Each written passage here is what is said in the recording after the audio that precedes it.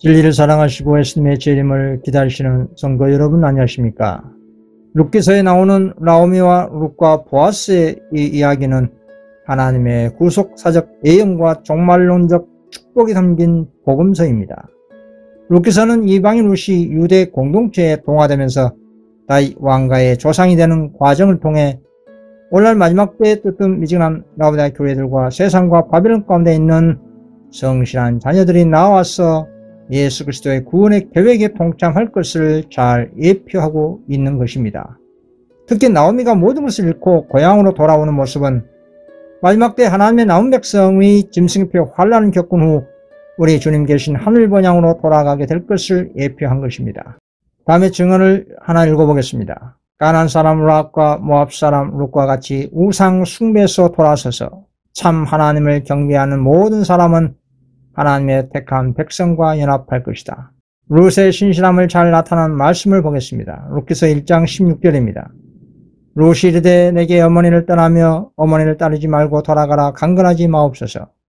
어머니께서 가시는 곳에 나도 가고 어머니께서 머무신 곳에서 나도 머물겠나이다. 어머니 백성이 나의 백성이 되고 어머니의 하나님이 나의 하나님이 되시리니. 이 감동적인 말씀을 깊이 상고해보면 룻이 나오미를 따는 것은 단순히 시어머니에 대한 공경과 사랑 때문만이 아니었습니다. 그것은 시어머니 나오미가 가부가 되고도 변치 않는 그 신실함과 훌륭한 여인으로서 존경받는 것은 하나님을 섬긴 신앙 때문이라는 것을 알았습니다. 그래서 성령의 감동을 받은 이방 여인 룻은 참 하나님을 향한 믿음의 결심을 확고히 한 것입니다. 여기서 우리는 예수 그리스도를 믿는 신앙이 우리 가까이 있는 가족들과 이웃들에게 얼마나 심각한 감화력을 주고 있는지 진지하게 깨달을 필요가 있습니다. 다음에 증언을 하나 읽어보겠습니다. 그리스도의 생애는 계속 넓어지는 무제한의 감화력, 즉 당신을 하나님과 온 인류에게 연결시키는 감화력을 가졌다. 하나님께서는 그리스도를 통하여 사람에게 자기 자신만을 위해 살 수 없게 하는 감화력을 주셨다. 개인적으로 우리는 우리의 동료 인간과 연결되어 있을 뿐 아니라 하나님의 대가족의 일원이 되어 있으므로 상호간의 의무를 지고 있다. 아무도 사람들을 떠나 홀로 살 수 없다. 이런 각 사람의 행복이 각각 다른 사람과 관련되어 있기 때문이다. 모든 사람이 자기가 다른 사람의 행복에 필요한 사람이라는 것을 생각하고 그들의 행복을 증진시키기 위하여 힘쓰는 것이 하나님의 목적이시다. 그렇습니다. 룻은 나오미가 하나님을 신실하게 믿는 그 믿음을 보고 자신도 하나님을 믿는 신앙인으로 자라나게 된 것이었습니다. 그래서 룻은 어머니의 백성이 나의 백성이 되고 어머니의 하나님이 나의 하나님이 되시니 이보다 더 숭고한 사랑과 헌신의 고백이 어디 있겠습니까? 참 하나님에 대한 룻의 유일한 지식은 어떤 책에서 지식을 통해 배운 것이 아니라 오직 시어머니 나오미와 그녀의 가족의 삶에 반사된 하나님을 본 것뿐이었습니다. 이처럼 하나님은 한때 죄인이었던 사람의 삶에 역사하는 당신의 사랑의 능력을 통해 당신 자신을 나타낸 것이었습니다.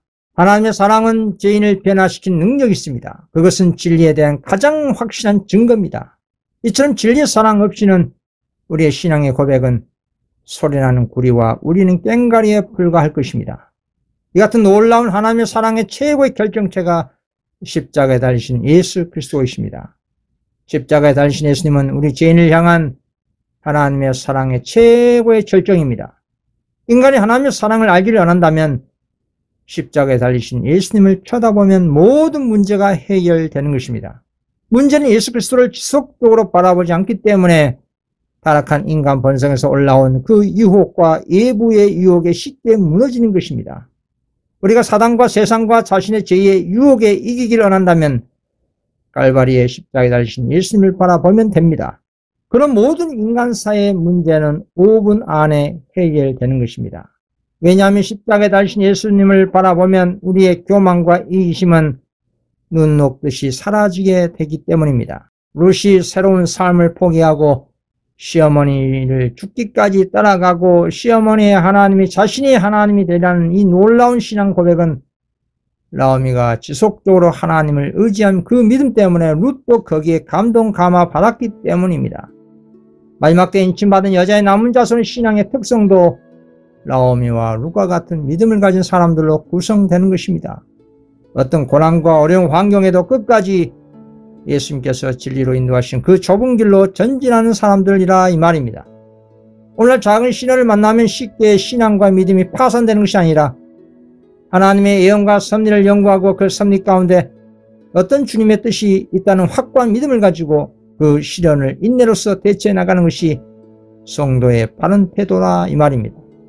이렇게 끝까지 룻이 나오미를 믿음으로 따라간 그 결과는 어땠을까요? 그렇습니다. 메시아 혈통의 조상이 되었습니다. 룻이 보아스와 결혼을 통해 다윗 왕가의 조상이 된 것입니다. 메시아의 혈통은 육적 유대인으로 이루어진 것이 아니라 유대인이든지 이방이든지 상관없이 오직 믿음으로 말미암아 즉 영적 혈통으로 이어지게 된 것입니다. 룻기서 4장 13, 14절입니다. 이에 보아스가 룻을 맞이하여 아내로 삼고 그에게 들어갔더니 여호와께서 그에게 임신하게 하심으로 그가 아들을 낳은지라. 여인들이 나오미에게 이르되 찬송할지로다. 여호와께서 오늘 내게 기업 물을 자가 없게 하지 아니하셨도다. 이 아이의 이름이 이스라엘 중에 유명하게 되기를 원하노라. 살못은 보아스를 낳고 보아스는 오벳을 낳고 오벳은 이새를 낳고 이새는 다윗을 낳더라. 룻기서 4장 21, 22절입니다. 그리스도를 표상하는 보아스가 룻을 위해 친히 대가를 치르고 신부로 맞이하는 이 장면은 예수께서 자신의 생명을 내어주고 당신의 교회를 구속하시는 복음의 핵심 진리를 상징한 것입니다. 오늘 마지막 때 예언에 적용한다면 보아스와 룻과 나오미는 최종적인 하나님의 남은 교회인 여자의 남은 자손 14만 4천을 상징한 것입니다. 하나님의 계명과 예수의 증거를 가진 14만 4천인은 최종적으로 그리스도의 신부입니다. 물론 허다한 무리들도 있습니다.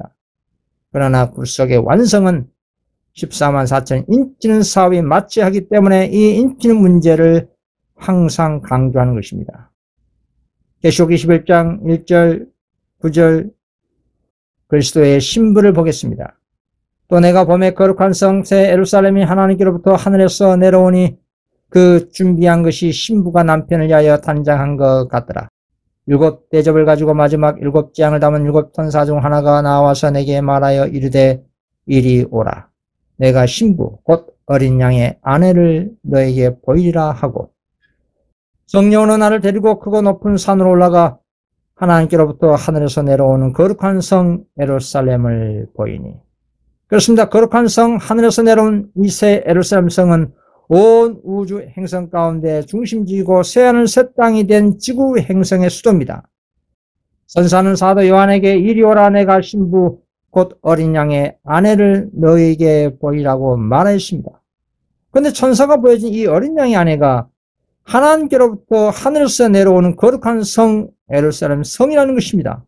그렇다면 하늘새 예루살렘이 어떻게 어린 양이신 그리스도의 신부가 되는 것일까요? 우리가 일반적으로 생각할 때 신부하면 성도 또는 교회라고 생각하는데 어떻게 하늘새 예루살렘 성이 그리스도의 신부가 되냐 이 말입니다. 이 예언의 실상을 과거 역사를 통해 확인해 보겠습니다. 19세기 재림운동 당시에 여름과 가을에 보라 신랑이로다 맞으러 나오라는 기별이 선포됐습니다. 그때 슬기는 처녀와 미련한 처녀로 대표된 두 부류의 사람들이 나타났습니다. 슬기로운 사람들은 성령의 기름으로 준비된 자들이었습니다.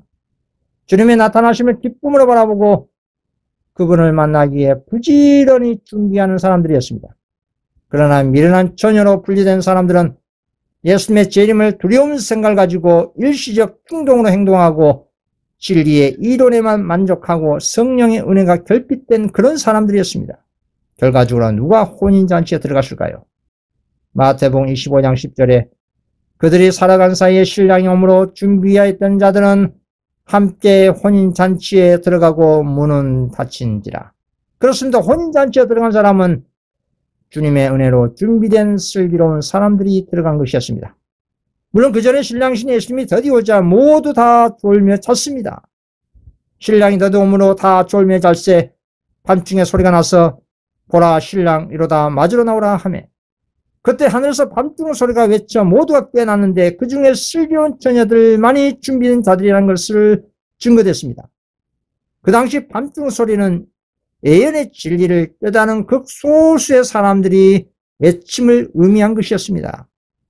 그렇다고 해서 슬기로운 사람들이 혼인잔치에 들어갔다고 해서 구원의 사역이 완전히 끝난 것이 아니었습니다. 다시 말씀드리면 계시록에서 신부란 거룩한 성을 대표하고 신랑을 맞으러 나가는 처녀들은 분명히 하나님을 믿는 교회를 상징한 것이었습니다. 계시록에 의하면 하나님의 백성은 혼인잔치에 초청함을 입은 손님들로 불려주고 있다 이 말입니다. 손님이 된 사람이 동시에 신부로 대표될 수가 없는 것입니다. 그리스도께서는 선지자 다니엘이 기록한 대로 하늘에서 애적부터 항상 계신 분께로부터 건세와 영광과 나라를 받으실 것인데 그 예비한 것이 신부가 남편을 위하여 단장한 것은 당신의 나라에서도 즉 새 예루살렘을 받으신다고 했습니다. 2300주가 끝인 1844년에 주님께서는 하늘 지성소에 입소하셔서 마지막 중보사역인 성소 정결과 조사 심판한다는 것입니다. 그 중보사업에 대한 이 땅의 교회들은 어떻게 해야 할까요? 1844년 여름에 선포된 보라 신랑 이로다 맞으러 나오라는 이 기별은 무수한 사람들, 하늘 성소에 관한 진리와 구주의 봉사의 변동을 깨닫고 믿음으로 하늘 성소에서 봉사하고 계시는 그분을 따라갔다. 또한 성경의 증거를 통하여 같은 진리를 받아들이고 그리스도께서 마지막 중보의 일을 행하시고 그 일을 필하실 때에 그의 나라를 받으시기 위하여 하나님 앞으로 나가실 때 믿음으로 그리스도를 따라가는 모든 사람들은 다 그 혼인잔치에 들어가는 자들로 표상되어 있다.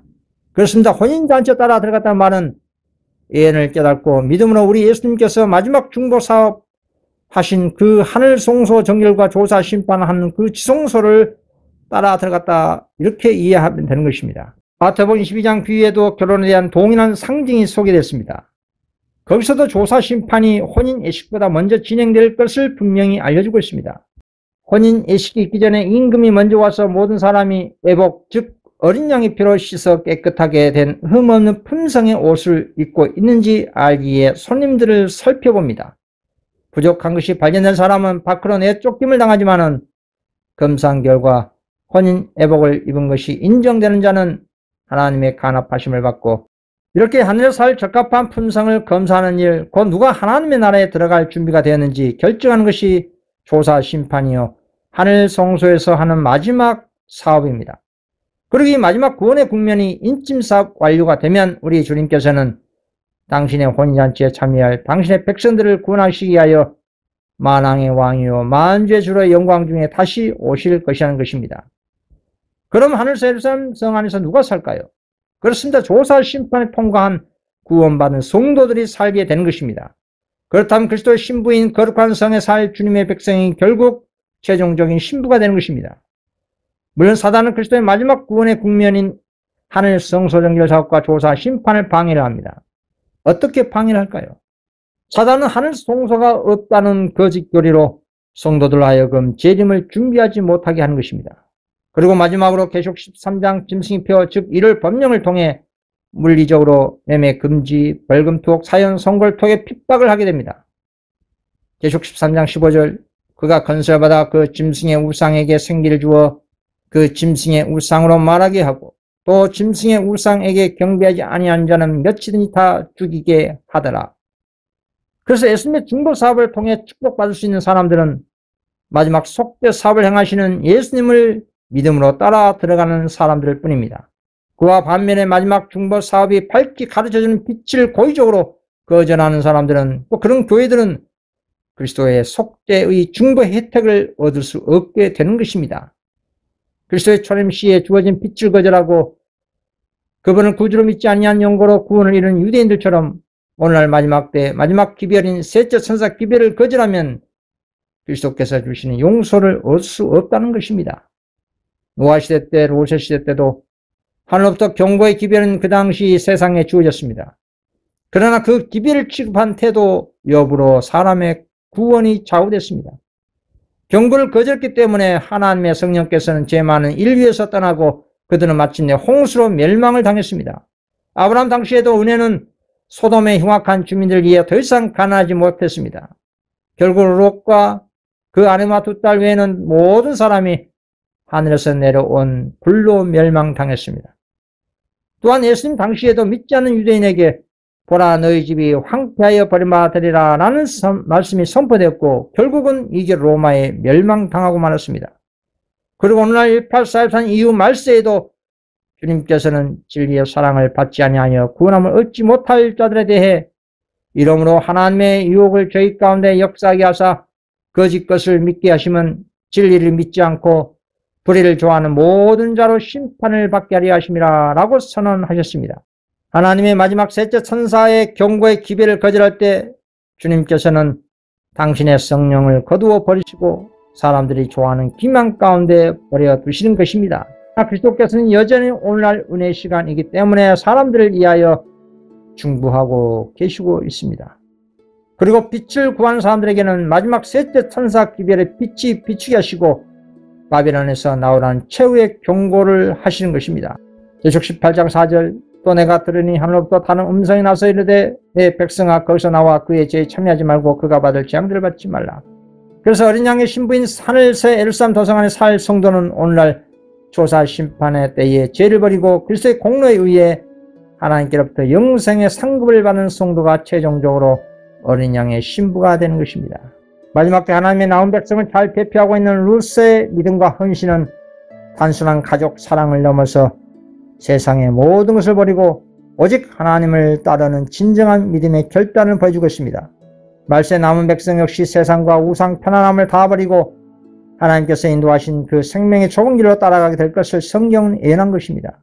계시록 14장 4절 이 사람들은 여자와 더불어 더럽히지 아니하고 순결한 자라 어린 양이 어디로 인도하든지 따라가는 자며 사랑 가운데서 속량함을 받아 처음 익은 열매로 하나님과 어린 양에게 속한 자들이니 룻이 우연히 보아스의 밭에 도달한 것은 인간의 계획을 넘어선 하나님의 섭리였습니다. 이것은 가난과 낯선 환경 속에서도 하나님께서 생계를 공급하시고 다윗 왕조의 조상이 되게 하신 놀라운 역사의 시작이었습니다. 마찬가지로 짐승이표 이를 법령에 굴복하지 않은 용거로 매매 금지, 벌금 투옥, 사형 선고 같은 핍박이 닥쳐도 하나님의 인침을 받는 여자의 나무자손을 보호하실 것을 약속하신 것입니다. 그때는 먹을 양식과 물을 천사가 공급해 줍니다. 왜냐하면 계시록 16장 7장을 보면 이때 세상은 하늘과 땅과 강과 바다가 다 인간의 죄악으로 다 오염이 되어 먹을 수도 없고 호흡할 수도 없고 마실 수도 없는 그런 무자비한 재앙의 시간이기 때문입니다. 특히 룻기서는 이스라엘에 주어진 율법 가운데 그리스도와 당신의 백성과의 관계에 대한 아름다운 굴속의 계획이 잘 담겨져 있습니다. 가나안인의 히브리 사람이 부득불 자기의 기업을 내놓고 또한 자신을 몸종으로 팔게 될 때에 그와 그의 기업을 속량할 책임이 가장 가까운 친족에게로 돌아가게 되어 있습니다. 룻기서 2장 20절 나오미가 자기 며느리에게 이르되 그가 여호와로부터 복받기를 언하노라. 그가 살아있는 자와 죽은 자에게 은혜 베푸기를 그치지 아니하도다 하고 나오미가 또 그에게 이르되 그 사람은 우리와 가까우니 우리 기업을 물을 자 중에 하나이라 하니라. 룻은 그리스도를 표상한 보아스와 결혼함으로 예수님의 육적 혈통과 영적 혈통으로서 축복을 받았습니다. 룻은 모압 여자이지만 나오미의 며느리가 되고 보아스의 아내가 되었고 이스라엘이 칭송하는 다윗 왕의 조상이 됐습니다. 그리하여 마침내 메시아의 조상이 된 것입니다. 그와 같이 룻기서를 통해 우리 자신과 인류를 속량하는 구속사업과 죄로 말미암아 잃어버린 우리의 기업물을 짜이신 우리의 가장 가까운 친족이 되신 예수께 돌아갈 것을 가르쳐주고 있는 것입니다. 예수께서 우리의 친족이 되신 것은 우리를 속량하시기 위함이었습니다. 히브리서 2장 14절 자녀들은 혈육에 함께 속했으며 그도 또한 한 모양으로 혈육에 함께 속하심은 사망으로 말미암아 사망의 세력을 잡은 자 곧 마귀를 없이 하시며 히브리서 2장 17절 그러므로 저가 범사의 형제들과 같이 되심이 마땅하도다. 이는 하나님의 일에 자비하고 충성된 때의 저상이 되어 백성의 죄를 구속하려 하심이라. 이렇게 우리의 구주가 되신 예수님은 우리의 부모나 형제, 친구, 애인보다 더 친밀한 분이십니다. 이처럼 14만 4천 임신받은 여자의 남자손은 그리스도의 영적 혈통으로서 천국의 유업을 받아 천국과 새하늘 새 땅의 성전에서 하나님의 가장 가까운 위치에서 봉사하게 될 것입니다. 계시록 7장 15절 그러므로 그들이 하나님의 보좌 앞에 있고 또 그의 성전에서 밤낮 하나님을 섬김에 보좌에 앉으시니가 그들 위에 장막을 치시리니